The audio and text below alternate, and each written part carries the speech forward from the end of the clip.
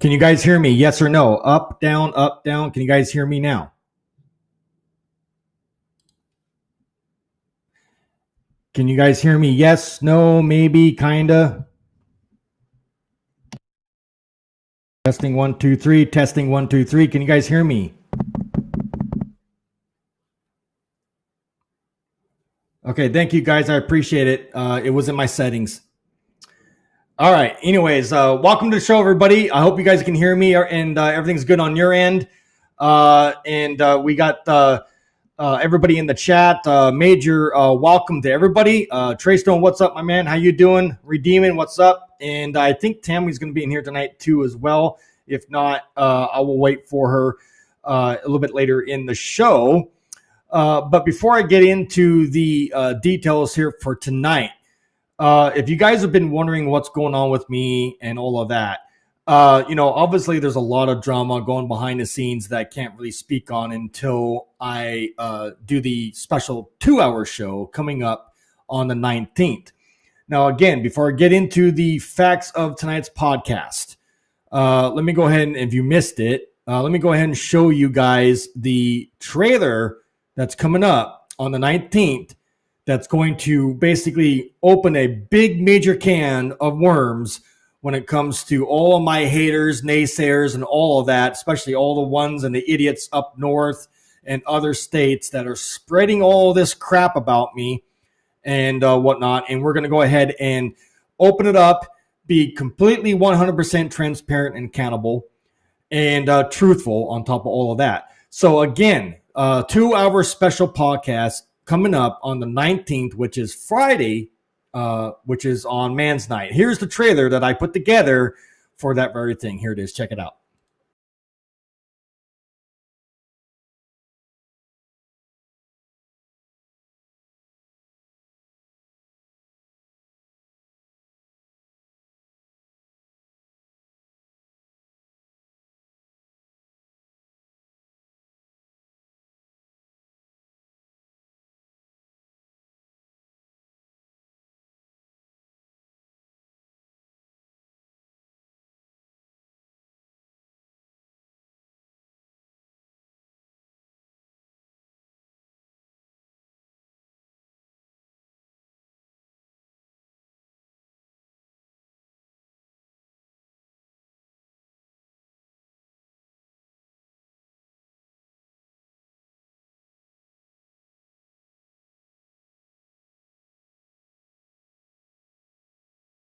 There it is, ladies and gentlemen. That is my trailer for the upcoming show coming up here tonight. Now, again, if you guys didn't get the chance to hear that, I will play that trailer again before the night's over, just so you guys can, get the gist of it and why I'm doing it. And again, most of that 2-hour show, anyways, is going to be dedicated to all my haters and my OnlyFans and everybody like that. That basically got me to that point and made me do this 2-hour special. So I'm really looking forward to that. Nonetheless, welcome in, everybody. Thank you guys so much for being a part of this show. As you guys can see in the title description of this podcast, we're going to be talking about the reform data. Again, credit goes to Trey Stone sending this information to me, to my email. And we're going to go through it and read it and check it out and break it down if you're curious. I did look at it briefly. And I find it quite interesting nonetheless. And I think you guys are going to like tonight's podcast under this topic. Speaking of which, if you guys have any show ideas besides Trey sending that stuff to me, if there's anybody else out there that wants a topic talked about or something along those lines, please do what you can and send it to me at my email, which is also down in the ticker, as you guys can see there, at voicesfrominsideout@gmail.com. All right. Again, my email to contact me with stories, breaking news events, whatever you may have, contact me right now. voicesfrominsideout@gmail.com. All right. Make sure you spell it the way you see it there, or I will not get your email. All right. Orphan Annie's in here. How's it going, Orphan? How you doing? Thank you so much for being a part of the show. I appreciate it. I hope you're doing okay in your neck of the woods, and that includes everybody in the chat. Welcome, guys. Welcome. All right. With that said, let's go ahead and tear into the details here tonight. Orphan said this real quick at Trey Stone, hand pink waving. That's awesome. All right. Thank you so much, Orphan. Anyways, redeeming, if you feel like you need to, again, no obligation. There's no any other reasons, but if you want to come up in here, you can. The podcast is also yours. Annie said, doing good. That's awesome. So come on up if you want to be a part of this show. Redeeming said, hi. Again, everybody is welcome to come up on the live panel and talk about whatever, including the topic tonight, if you feel like it. It's your guys' calling, not mine. All right. Anyways, let's go ahead and get into the share screen. I got to get my settings, as you guys know, fixed before we do that. But I think you guys are going to really like this topic. It's very, very fitting for what's going on in today's system. All right, let's do this.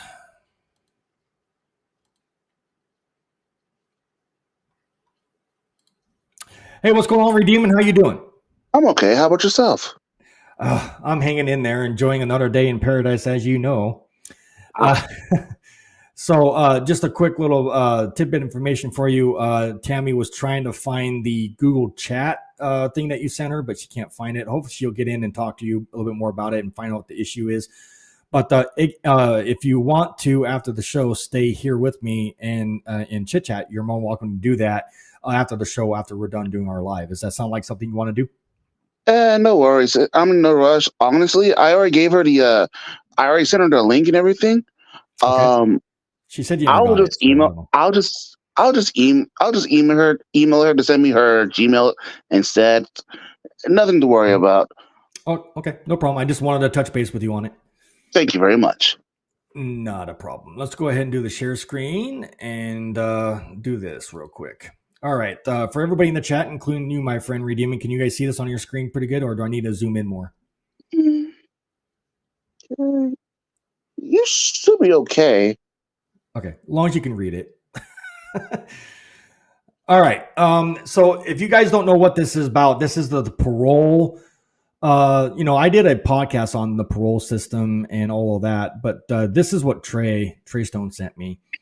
And I find it really interesting and fitting because obviously things are starting to change slowly but surely in our system. So I'm going to go ahead and read all this information off to you guys if it's fitting for you guys and you want to know more about it. Here it is. Again, if you guys want to see this thing in its entirety, you can go to the website. Let me see what is the name of this dang website first off. Well, it doesn't look like it's well, anyways, I will have what's that? Hang on. I'll be back, but keep going, okay? Oh, no problem, boss. All right. I'll have this link, this information. If you guys are interested and want it in your own viewing time and whatnot, you can do that. Anyways, this is a parole thing. This is my friend Trey sent this to me. So let me go ahead and read this, guys, to you guys, and we'll go from there. Congress, it says right here, Congress eliminated parole from the federal criminal justice system in 1984. I don't know if you guys didn't know that, but now you did. There it is. But it didn't completely do away with post-release supervision. Now, again, what is post-release supervision? Now, I was on supervision when I got released. I did 2 years, just so you guys are notified on that. Anyways, I did 2 years of DOC supervision after I got released. But, so I think DOC supervision is a waste of time. It also sets you up for failure. You got to walk on eggshells when you're on DOC custody, even after prison. I think it's a waste of time, a waste of taxpayers' money, and it has it just doesn't make any sense to put somebody on supervision after their release. More on that later. Anyways, about 3 of every 4 people living in federal prison remain under supervision, often for years and often for no good reason. I just explained it. And that's also state, not just federal. Okay. A transition period to ensure successful reentry into society after prison makes sense. Yeah. But federal supervised release, a parole-like period of restrictions post-prison, lasts too long. And it's too expensive. Yeah, because the taxpayers pay for this, by the way. It makes little distinction between those who are high risk to break the law again and those at negligible risk. And there is mounting evidence that the longer supervision goes on, the greater the chance that the former prisoner will get into trouble again. And I have spoke on this numerous times. That is so damn true. When you keep people on supervision for longer than what it's really necessary to do, their chance of failure is very high. Okay? The extent lack of real freedom interrupts transition to responsible post-prison behavior. Right, because again, they can't do a lot of things than you could if you weren't on supervision. See, when you're on supervision, ladies and gentlemen, you got a lot of restrictions. You can't do this, you can't do that, and all of that. Bear with me for 1 second. I'm going to get okay. Why is it doing that now? Bear with me, guys.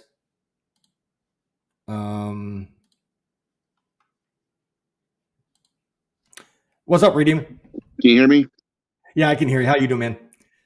I'm good. I had to reset everything to put it on mobile mode from my phone. Oh, I apologize. No, you're good, boss. You're good. We're just going through some of the information on this website.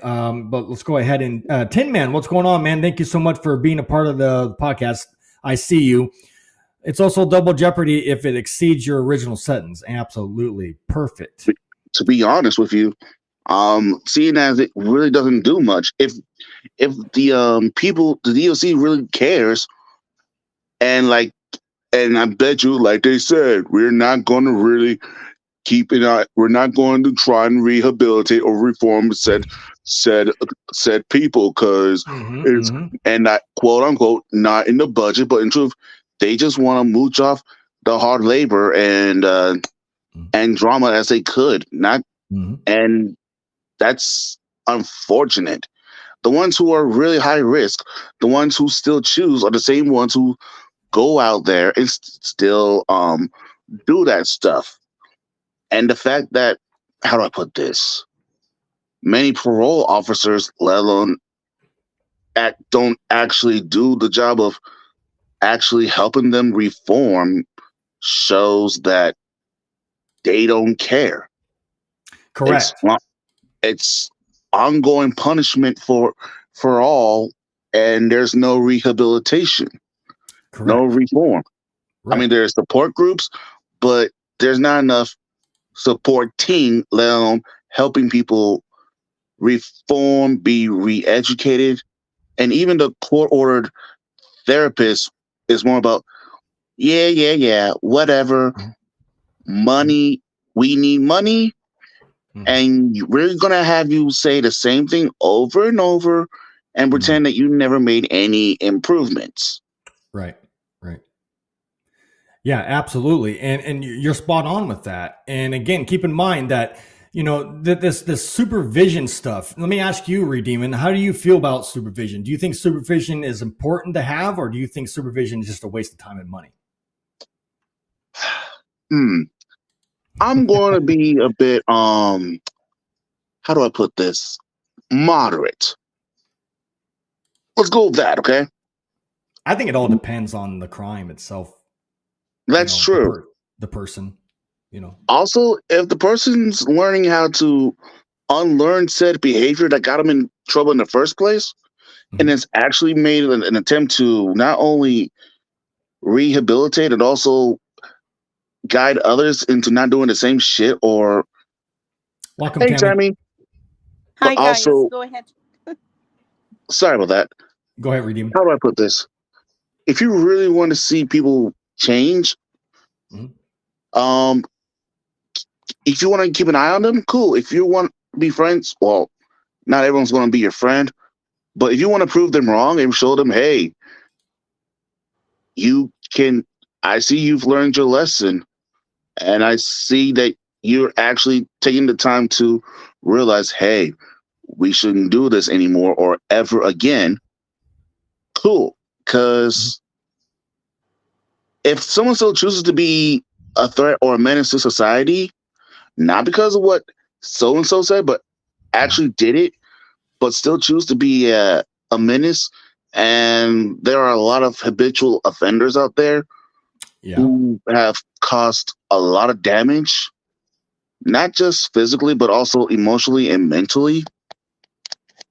I mean, there's a whole, as someone who was a part of the criminal justice reform, I should be a part of that, but I'm also into the whole, how do I put this? Instilling or knocking common sense and decency into others. Helping them. But again, let me stop you right there. With all due respect, you also have to take into account, my friend, that that's the same saying as you can lead a horse to water, but you can't make it drink. So if people, like you just said, what's right, people want change, but you can't really, you can try to teach it to them, but if they don't want to change, that's on them. We can teach them, basically, we can lead them to the door. They're the ones that have to open it. You're right. Imagine that. My bad about that. No, you're good. No, this is how we learn, my friend. This is how you learn. Thank you. Go ahead, Tammy. Okay, two things that struck out to me. Trey Stone said most judges today are former he just learned that today, that most judges, well, this is how it goes. So a bunch of them start out in the DA's office, eventually work their way up to being a DA through convicting somebody that could be innocent because they don't give a shit.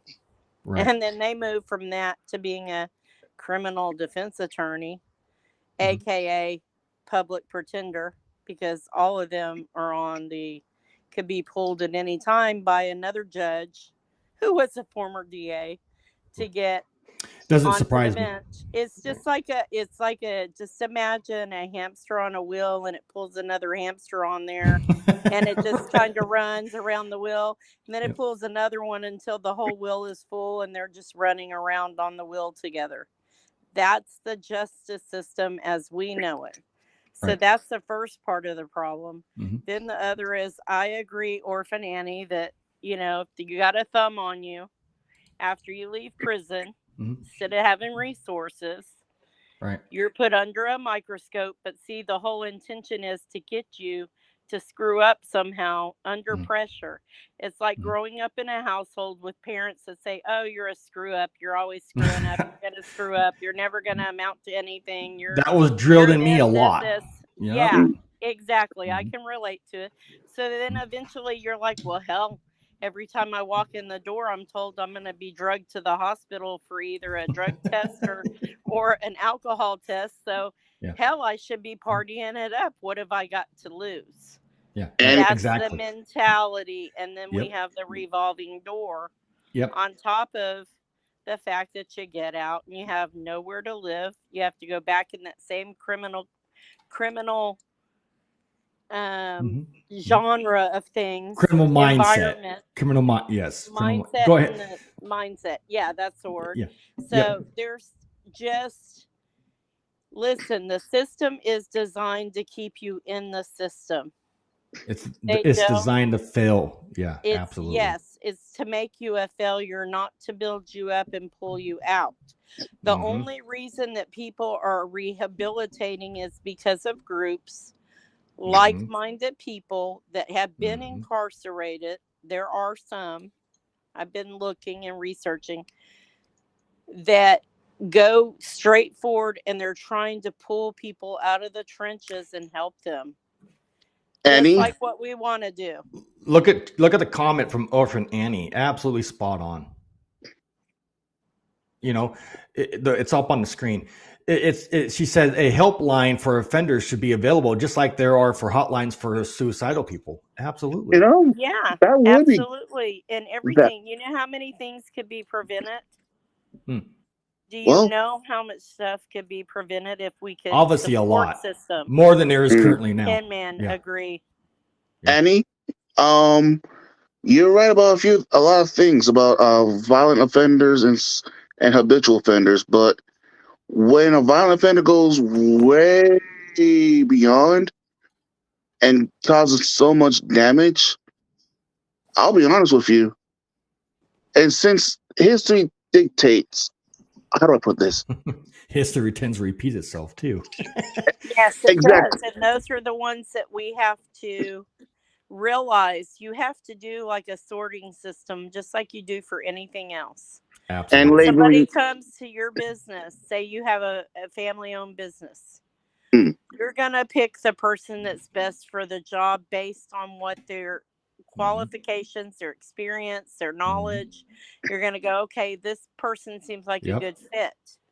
So that is supposed to be the job of the parole board if they get paroled, unless they max out their sentence, and it is what it is. But with the parole board, that's their job. Unfortunately, they screw up sometimes. A lot of times they don't release the ones they should and keep them, and then they put other things in. And Trey, they're all good old. It's a good old boys. Old boys if club. It's a female judge, it's still a club. They're all lawyers. They all started as lawyers, and they're going to stick together just like cops stick together, just like FBI sticks together, CIA. You get my gist. Like the old saying, like the old saying says, Tammy, they're all in the same bed.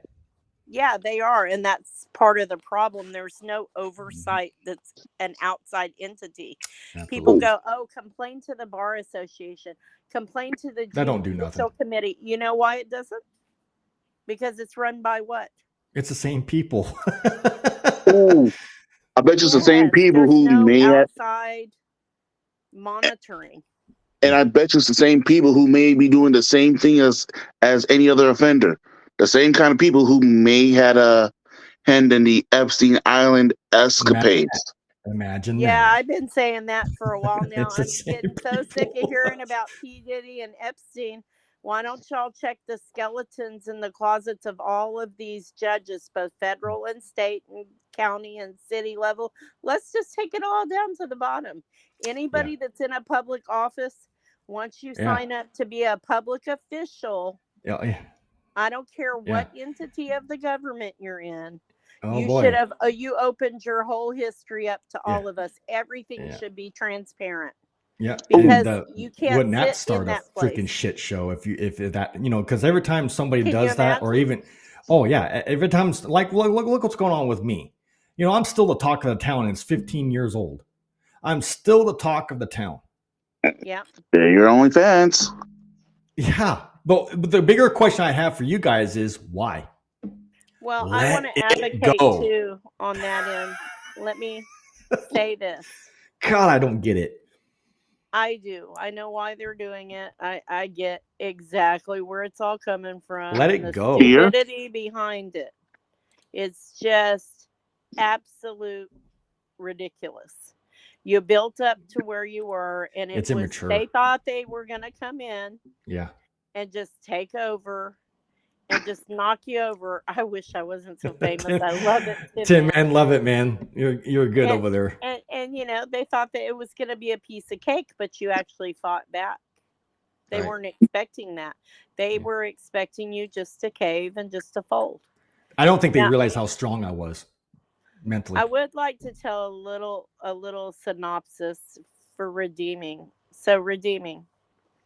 This paraprofessional in a public school in the great state of Arizona, where the pink tent city was. Remember all that crap? That sheriff over there? They had all of the inmates dressed in pink, and they were put in tents outside. And wasn't that DMX's idea? 1993. Look it up. Oh. Yeah, 1993. He put all the inmates. Some of the people out in the chat will remember this. Anyway, Maricopa County, Arizona. So I want to say this. So fast forward. Same county. I won't mention any names for the protection of this person. This is what makes me want to advocate for SOs and SAs and all the things that go on. A young lady has had her life destroyed because a 15-year-old at a public school AR'd her. Oh, I heard about that one. It was some dude who she got turned around. The mother got her for R instead of him going to jail for R. She went to jail for R. What? And now is having to register the rest of her life, and has been. Don't you love it? Under basically house arrest. She can't even come on here and tell her story if I asked her to, because she can't go on any social media. Hi, Cynthia. Yeah, can't even go on. Hi, Cynthia. Media at all. None. Dude, she can go on YouTube. I'll invite her myself. She's 22. No, they monitor everything she does as part of her plea deal. She was forced into a plea and scared to death. And so in lieu of prison time, she cannot be on any social media. She cannot see some of her family members because they have children. They want to see her, but she can't do it. Parole comes into her house anytime they want, and they grab up her phone, her iPad, and her anything she watches through the TV that goes through external, through internet, and they go through all of it. Wow. It's like the Gestapo. And because she was a victim. She was the victim in this case. I've looked at everything of hers. Wow. How do I put this? I hope that trans female, if that's the right terminology, I hope that guilt builds up and makes her suffer, makes her realize she is scum. Because as someone who was bullied, I was never R-worded, thank God, but bullied, I would look at bullying the same way as anyone looks at the R word. It is very, very bad. Yeah, it was a boy that did this to a female. A 15-year-old boy? Yep, but I mean, wow, they outweigh and outclass some of their teachers, and she's a paraprofessional in the school. She wasn't a teacher, she was an aide. How do I put this delicately? I believe there's a lot of people who have a lot of injustice, like they were never helped. Victim turned offender. Am I correct, Miss Tammy? Am I on the right track? Victim turned offender. She's not an offender. She I know. hard. I know. And no. and she was turned into the DA went after her instead of going after him. Wow. I'll be honest with you, and I know they say we don't put minors in the registry, but they got minors in the registry. I mean, if memory serves, in the great big state of Texas, our state, by the way, there was a guy who pretty much, I mean, he didn't know that was a sex act, like sexual contact, if that's the right word, which he was not informed about, and if the definition serves, was in contact within like the female or male's personal assets. Let's go with that, with the intent to harm, embarrass, humiliate, dehumanize, with the intent to arouse and gratify sexual desires. I believe this boy was never informed. I think a lot of people were never informed about any activities that could be questionably sexual, let alone violent. And there are a lot of people who were never educated as well. For me, I believe education along with rehabilitation, and I'm thankful that Tammy. She'll come back. She'll come back.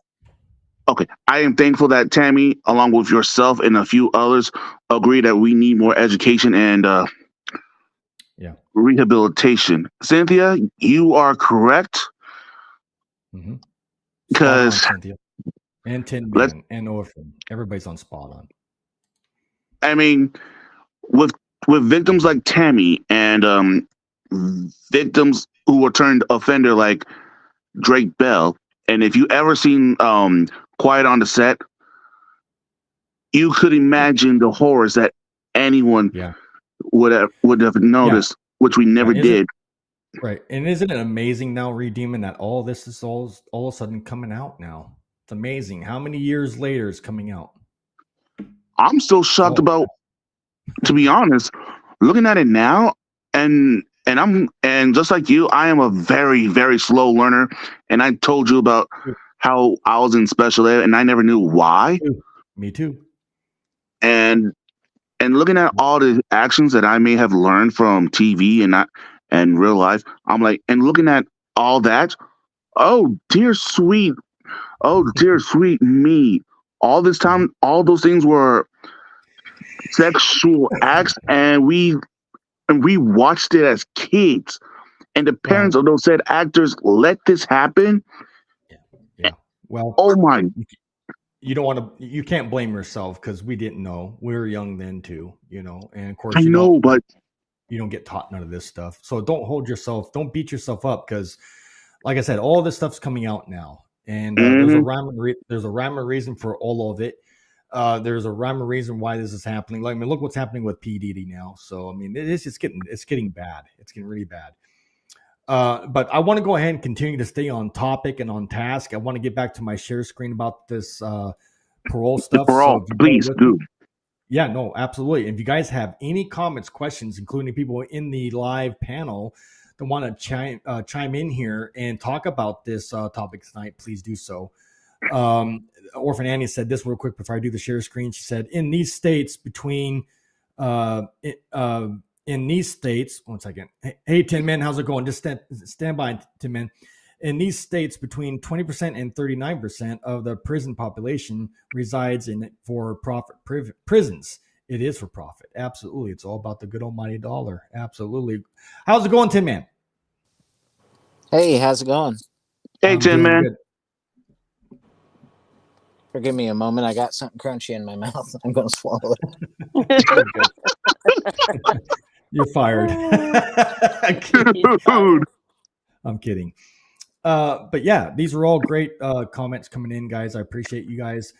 So with that being said, I got a good group of people in the live panel. Let me go ahead and start the share screen thing again, and show you guys the data tonight with the information. So bear with me. Thingamabob. Yeah, the thingamabob. That's it. That's it. All right. So I'm not going to start over from the beginning, but I'm right here at this paragraph right here, guys. And I'm going to go ahead and tear into this a little bit more so I can get this portion of this podcast done. But anyways, welcome in, everybody. And I hope you guys can see it and read it just fine. If not, let me know and I'll zoom in more. I'm just seeing your logo right now, so I don't know. Me too. I wasn't going to say anything. I'm glad someone else said it. Okay, well, no big deal. Can you guys, are you guys seeing it now, or is it? I can see what you're sharing, but as far as, yeah, I can see. What you're sharing is everything. your logo. Mm-hmm. Oh, it's a nice logo, by the way. Schema Christmas. All right, we'll try that again. All right, I don't know what's going on. Let me. I'm having issues. I'm always having issues. Private prisons are built, owned, and operated by private company that contracts with the government to house prisoners. Well, I'm sure everybody knows what Securus is and JPay. GTL. I mean, it's pretty much around. Yeah. So if we find out who those people that own those two companies and the e-com, I'm sure we could figure out where all the money's being funneled and who with and what and how the votes go and everything. It's just tracing it. We need to do some research on that. I've kind of dropped the ball on that because I've been working on some other stuff. But yeah, if we can figure out who those folks are, we can figure out who's running all the prison systems. Yeah, absolutely. Isn't that the criminal gangs themselves? Yeah, I mean, that's the problem. Okay, so I'd have to look him up, and I promise I will have it for next week. There is an attorney right now that's doing 41 states in 40 days, and he is fighting every state and he's going to the capitals in each of those states and arguing with them about due process, specifically Amendment imagine that. 5 of the Constitution, our right to due process, and he is fighting on behalf of the injustice of everyone who's been incarcerated under those due process rights being violated. Right. Well, and he's calling them all out on the carpet. He's saying that the judges that are allowing this and the states that are allowing this are committing criminal acts. He is actually calling them out as criminals. Oh, that's awesome. I sent it to you, Jay, but I don't know who. I sent it to you on TikTok. I'm going to have to check it. I'm going to have to probably do a podcast on that too in the future because that sounds interesting. I can't remember his name, but it's okay. I sent it to you. It's the last one I sent you. All right. I appreciate it. Thank you. You're welcome. Orphan Annie got in here real quick. Said there is no profit without repeat offenders. Oh yeah, that's a true statement. Exactly. Once trapped in the system, it is hard to get out. Absolutely, 100%. Especially for those with a long rap sheet. Yeah. I mean, to be honest, if you got a rap sheet that long, maybe reevaluate your decisions or unlearn that stuff. One thing that you're not considering is that once they get their hooks in you, they don't want to let go. So they're going to sabotage you every moment along the way. So just because you have a long rap sheet doesn't necessarily mean that you're a bad person, but you've fallen for their tricks to keep you tied up in the system. Basically, the word that you guys are looking for is set up for failure. That's exactly Ah. Yeah, it's the whole thing with the parole when probation and parole system. Yep. They actually will set it up, and they put these big steps that you have to take, or guidelines that you have to abide by, like getting a job, doing this, doing that, Right. you know. But if And you have listen, this, when you're on these charges, I know what you're about to say, Jay, the charges, people, who in the hell's gonna hire you? That's why I said we need there to you get go. together as a group, everybody tackle one entity of it, then come back, reconvene, and figure out who our partners are across the United States that hire offenders. Well, the people that are in the live panel tonight, Tin Man, Redeeming, you, Tammy, and me, after the show, if you want to stay up in here and chit chat a little bit and collab, we can do that after the live. That's great. I got the Google chats ready. Thank you. I do have a. Go ahead, Tim. What I'm doing. I have an idea for you as one business owner to another. Now that you have an established LLC, I would recommend joining the Chamber of Commerce. That way you can start becoming friends with other local business owners. Ooh. Interesting. That sounds interesting. Okay. Once you've had the opportunity to network with other business owners and they get to know you, then you can be a voice to people who need to find employee, and you can convince them to give people an opportunity. Yeah, that sounds great. I like that idea. Thanks for letting me know that. Absolutely. Trey, what state are you in? Who? Trey. Oh, I want to say Louisiana.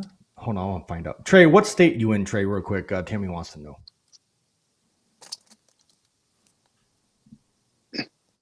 One of the best people I ever had work for me in one of my restaurants was a woman who had been incarcerated.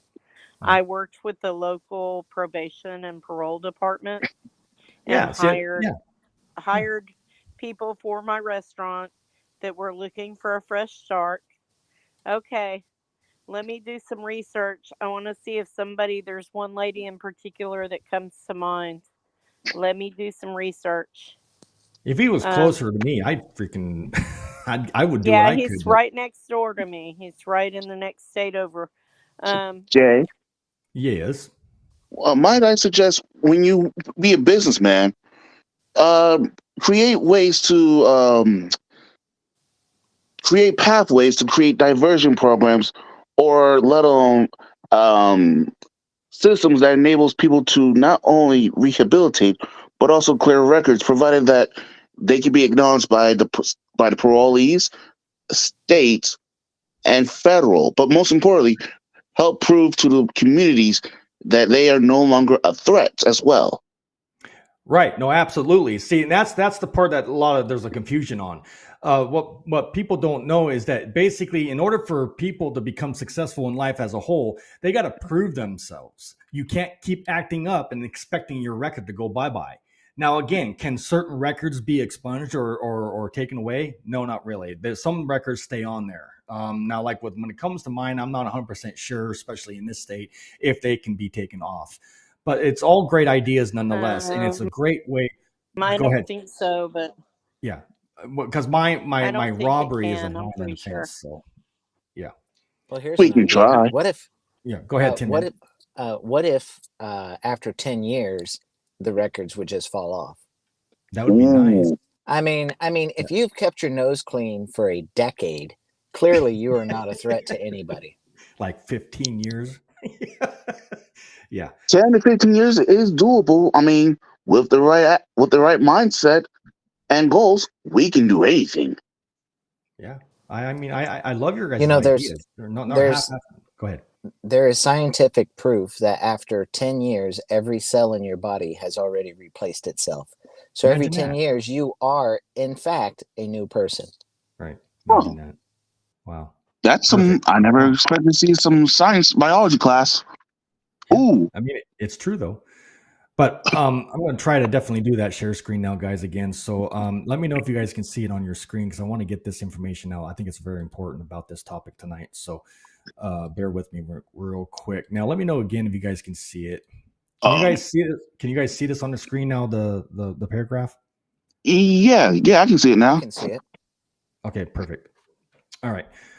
So I'm going to start here and I'm going to move down. There's a little bit more to read here, but I want to get this out because it's very educational for a lot of us that don't know how this whole thing works. Anyways, a transition period to ensure successful reentry into society, which is what we're talking about, after prison makes sense. But federal supervised release, a parole-like period of restrictions, again, there's that word restrictions, post-prison, lasts too long and is too expensive. Absolutely.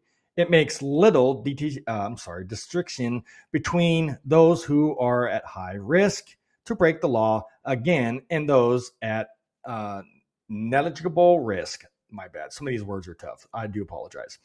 And there is mounting evidence that the longer supervision goes on, the greater the chance that the former prisoner will get into trouble again. The extent of lack of real freedom interrupts transition to responsible post-prison behavior.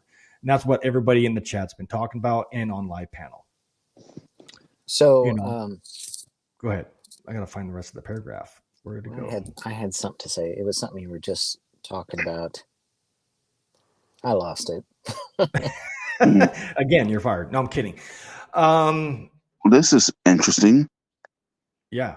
So I think this is part of the information. I'm hoping it is anyways.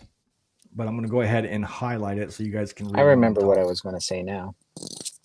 Okay, and that is, once you have been released from prison, you shouldn't have any restrictions on you. No, you shouldn't. You're correct. Absolutely. But I mean, there's a difference. There's a difference between supervising and imposing limitations and restrictions to you. So, like, if they want to check on you, make sure you're following the rules, make sure everything is okay. You know, that's one thing. But you should not have any restrictions on you after you've done your sentence. Correct. It's a shame. It's a shame that we don't.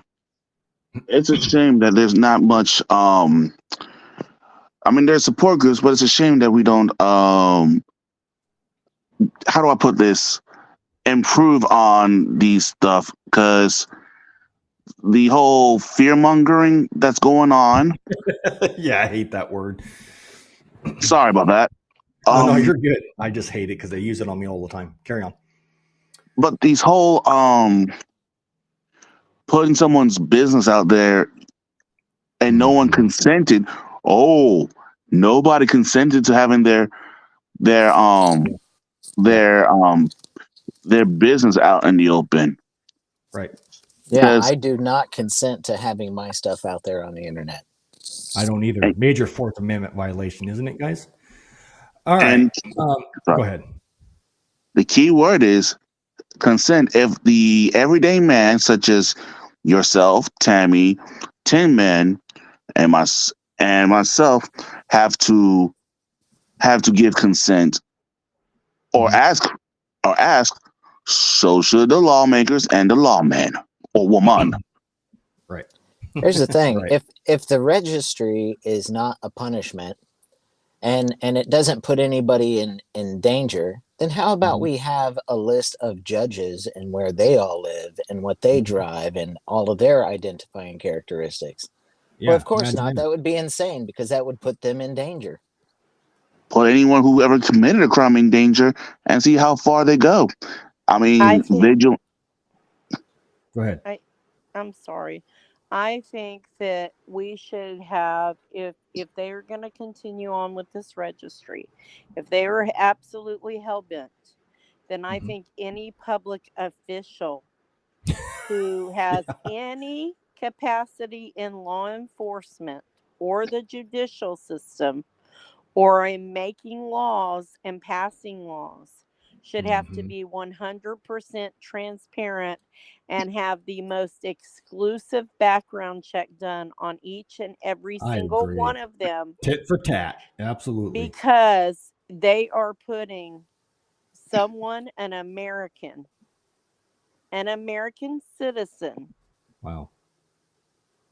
Their rights, their freedoms, their liberties are in their hands. Ooh. One thing that I don't understand is with all these politicians and all these political platforms and all this other kind of stuff, how come nobody out there seems to want my vote? Right? There's a million people on the registry, and that could swing an election. I mean, if there's something that can give people hope, that's amazing. If there's someone who can give people hope, as in if anyone who's willing to say, hey, I may have been part of the problem, but I think we should be better off being part of the solution and help with the healing instead of destruction. Mm-hmm.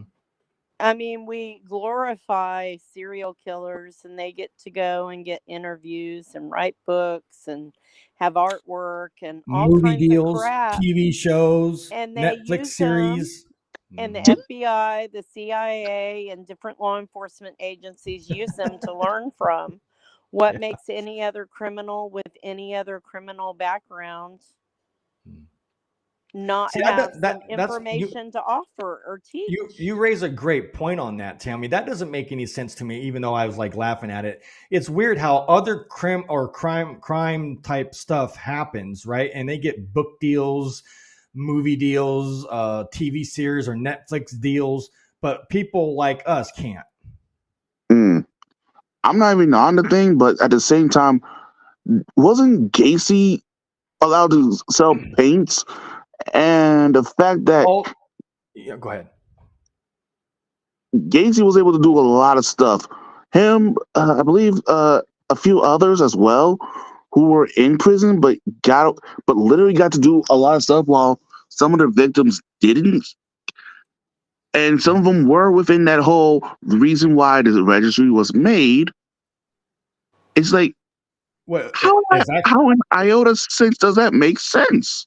Is actually what the registry was designed for police departments and the state patrol and whatnot. That's it. And then somebody that's what they said until they started passing out flyers. Right, until somebody started bitching, complaining that the public should have right to that too. And then boom, here we are. We got the public involved now. I mean, the same people who started all this stuff were the ones who did not rehabilitate themselves. I mean, they just some of them still chose to be menaces, but then again, there's something in the brain. But at the same time, for me, I'm like, if you've done this already and if you've already been in prison, have you not learned anything? Again, I mean, if you keep doing it and keep doing it and keep doing it, then there's what? Then you obviously don't want change. And also, if memory serves, the victims whose laws were made, like Adam Walsh, all those kids, those 5 kids, not going to pull up the race card, but at the same time, they were all within the whole Caucasian. And there was not enough justice for those who were of color as well. I'm not trying to be woke or anything. I'm just saying. You're good, boss. Don't worry about it. I'm just saying the fact that you didn't create any notifications for those of color, but you want to focus on the white ones shows we really need to make sure everyone's lives matter. That includes the victims. That's right. They seem to think racism. They seem to think racism only goes one direction. It doesn't. What it is anybody who is discriminated against based on their race, even white people, right? If you're being discriminated against because you're white, guess what? That is racism. There's no such thing as reverse racism. You know, they're like, oh, well, if someone's being prejudiced against a white guy, well, then that's reverse racism because the white guys are the racists. Yeah. Well, no. No. When you're being racist, being biased. I'm so sorry. So go ahead, Tammy. Sorry, Redeemer. It's okay. Go ahead. You sure? Yeah, go ahead. And I learned this. No matter you can dress it up however you want. If racism as defined as bias and prejudice to a race that isn't yours is considered racism. I mean, if you hate someone, I mean, if you hate someone based on the nationality and or color of the skin, ding ding ding, congratulations, you're racist. Yeah, but you just hit it right there. Basically, race is taught. You're not born with it. And So that is why. just like hatred is, and just like Yep. other things are, my husband is Mhm. African American, as Ooh, politically stated. My husband is black. I'm black But you too. know what? What's wrong with You that? know what? You know what? Growing up, we were one of the only black and white couples in high school. And you know what Mm, else? what's up?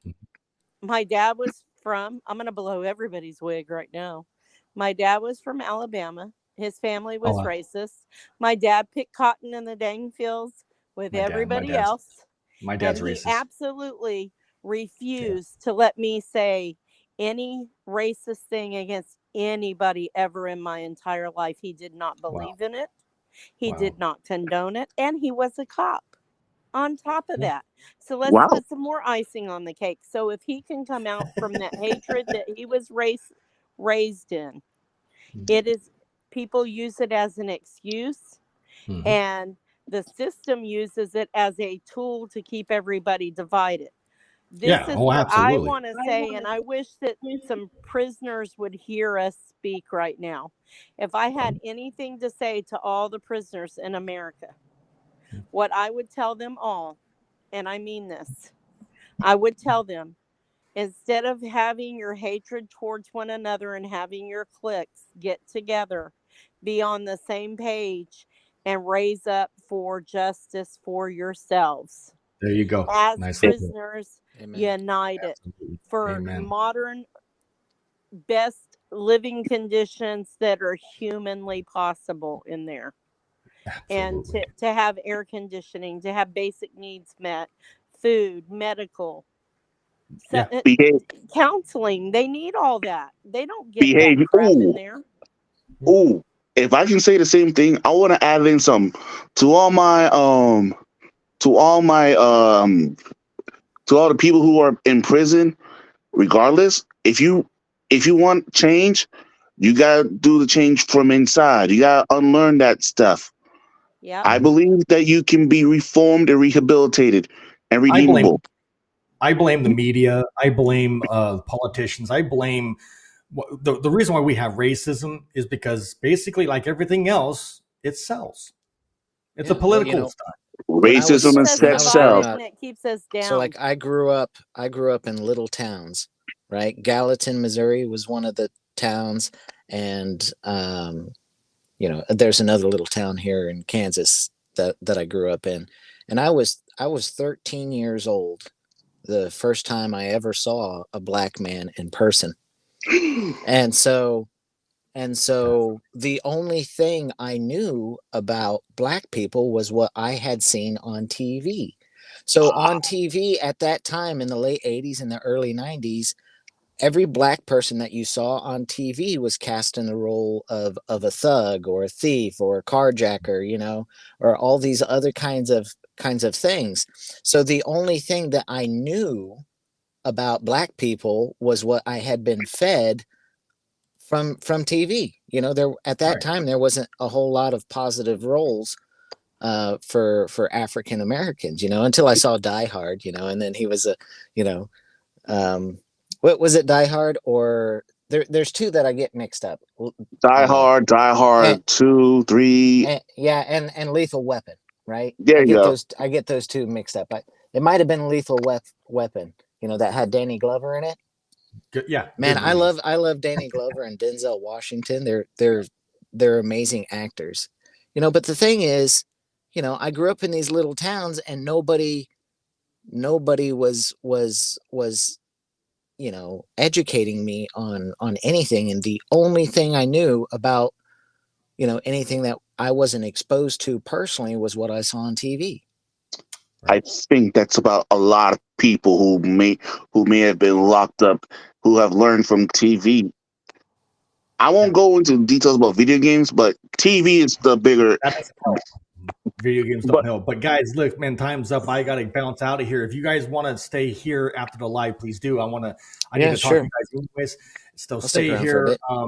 But everybody's on fire tonight. Trey Stoney just got in here and said legal insurances. Yeah, absolutely. You guys were all spot the hell on. Anyways, thank you guys so much for being a part of the show. And again, like I said, I do have a special podcast coming up, 2 hours nonetheless. That's like, I haven't done 2-hour shows. Good show, man. What's that? Good show.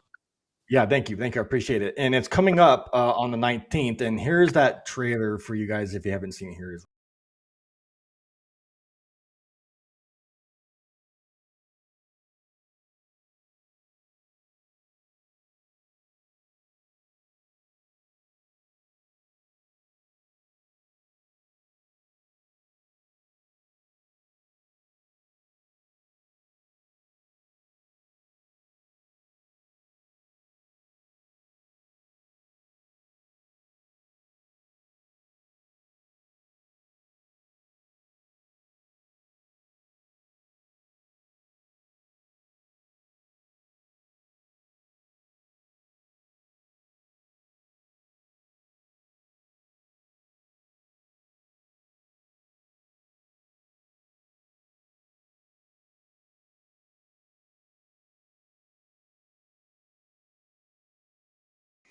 With that being said, guys, I can't wait for that coming up on the 19th. And it's also on Friday, which is Man's Night of all nights. And that's why I chose to do it there. But that's a 2-hour event, and I don't want you guys to miss it. The truth and everything about me is going to come out on the 19th, and I want you all to be there. With that said, I'm your host, Jay. I will see you all on the next podcast. Good night, everybody. Good night, everyone. Good night, everyone.